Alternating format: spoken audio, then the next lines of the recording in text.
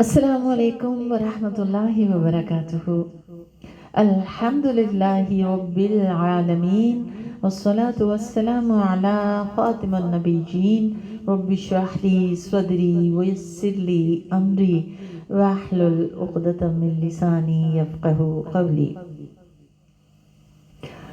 آج کی اس نشست میں ہم نبی صلی اللہ علیہ وسلم کیسے مخلص ساتھی تھے، کیسے بھائی تھے، وہ سیکھیں گے۔ واقعہ ہے حضرت جعفر بن ابی طالب کا، جب معرکہ موطا میں وہ شہید ہوئے، اس وقت ان کے دو چھوٹے چھوٹے بچے تھے، جوان بیوہ تھیں۔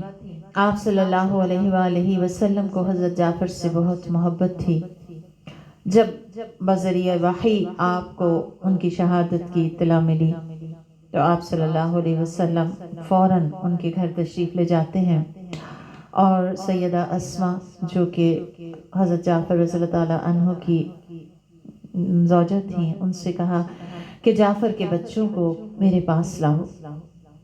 اور جب وہ دونوں چھوٹے چھوٹے آپ کے پاس آتے ہیں تو محمد کا ہاتھ پکڑ کے فرماتے ہیں یہ تو ہمارے چچا ابو طالب سے ملتا ہے، اور عبداللہ کا ہاتھ پکڑ کے فرمایا یہ تو صورتاً اور سیرتاً مجھ سے مشابہ ہے۔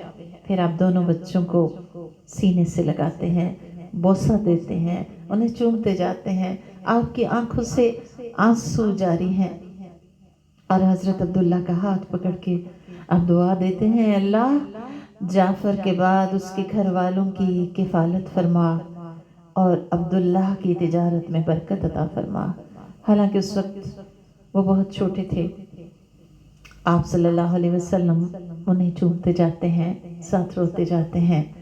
ان بچوں کے بال بڑے ہوئے ہیں، اسی وقت حجام کو بلاتے ہیں اور ان کی حجامت بھی کرواتے ہیں، اور صحابہ کو کہتے ہیں کہ ان کے گھر کے لیے کھانے کا اہتمام کیا جائے۔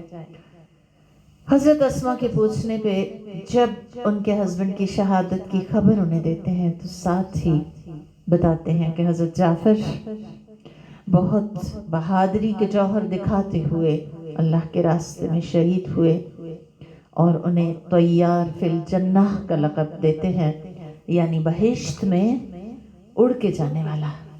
اور حضرت اسماء کو تسلی دیتے ہوئے کہتے ہیں دیکھو آج کے بعد میرے بھائی پہ رونا نہیں۔ پھر ان سے پوچھتے ہیں کیا تم محتاجی سے ڈرتی ہو؟ گھبراؤ نہیں، میں دنیا اور آخرت میں ان بچوں کا سرپرست ہوں۔ تو ہم دیکھتے ہیں کہ رسول اللہ صلی اللہ علیہ وسلم کا طریقہ کار کہ آپ کے جو تعلقات تھے وہ بہت پیور تھے، دلی تعلقات تھے، دل کے ساتھ آپ کی وابستگیاں دلی وابستگیاں تھیں، آپ ایموشنلی لوگوں سے اٹیچ تھی، حالانکہ اللہ کے رسول تھے،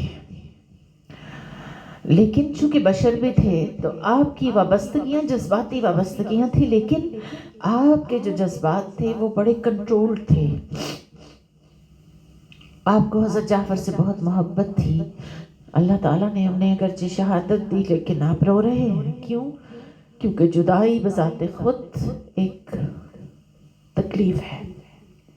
پھر طیار فی الجنہ کا لقب بھی اللہ کی طرف سے انہیں ملا، یعنی شہادت کی قبولیت کی خبر تو آ گئی، تو ہم دیکھتے ہیں اس کے باوجود آپ ان کی جدائی کے دکھ کو محسوس کرتے ہیں، جس کا اظہار آپ کی اشک باری سے ہوتا ہے، تو رونا صبر کے خلاف نہیں ہوتا۔ ہاں شکوہ صبر کے خلاف ہے کہ ایسا کیوں ہوا، واویلے کرنا، کپڑے پھاڑنا، ماتم کرنا، یہ جہالت کی نشانی ہے، اس سے آپ نے منع فرمایا۔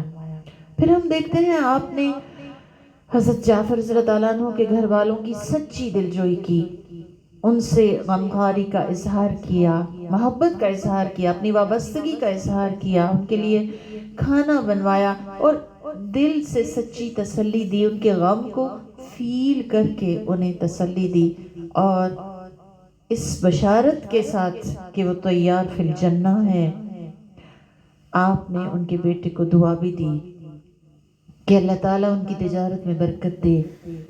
تو تاریخ بتاتی ہے کہ حضرت عبداللہ جو ہیں جب بڑے ہوئے، بہت چھوٹی سی عمر سے انہوں نے تجارت شروع کر دی، تو بڑے مشہور اور کامیاب تاجر ثابت ہوئے، اور پھر ان کی سخاوت بھی ضرب المثل بن گئی۔ آپ نے سکھایا کہ شہداء کے ورثاء کے ساتھ کیسا برتاؤ کرنا چاہیے۔ آپ نے سکھایا کہ جو بہادری میں صف اول میں لڑنے والے ہیں وہ کتنے افضل ہیں، اور ان کے پیچھے رہ جانے والوں کی کیا درجات اور ان کا کیا حق ہے۔ آپ نے سکھایا کہ اللہ کے لیے سچی محبت کرنے والے دکھ میں کیسے ساتھ کھڑے ہو جاتے ہیں، کیسے اپنا کندھا پیش کرتے ہیں۔ وہ دوسرے عام لوگوں کی طرح جج نہیں کرتے کہ کتنا دکھ ہے، کیسا ہے، اور صرف پتھروں کی طرح صبر کے مشورے نہیں دیتے۔ وہ اپنا کندھا پیش کرتے ہیں تو وہ کندھا وقتی کندھا نہیں ہوتا، وہ غم میں تنہا نہیں چھوڑتے بلکہ غم کے ساتھی ہوتے ہیں اور سچے ساتھی ہوتے ہیں۔ یہی وہ مخلص اور دل کا تعلق ہے جو ہر مومن کا دوسرے مومن کے ساتھ ہونا چاہیے۔ اللہ تعالی ہمارے دلوں میں وسعت دے اور ہمارے دلوں کو سچا کر دے، اور ایسے ہی سچے تعلق رکھنے کی ہم سب کو توفیق عطا فرمائے۔ بارک اللہ فیکم، والسلام علیکم ورحمۃ اللہ وبرکاتہ۔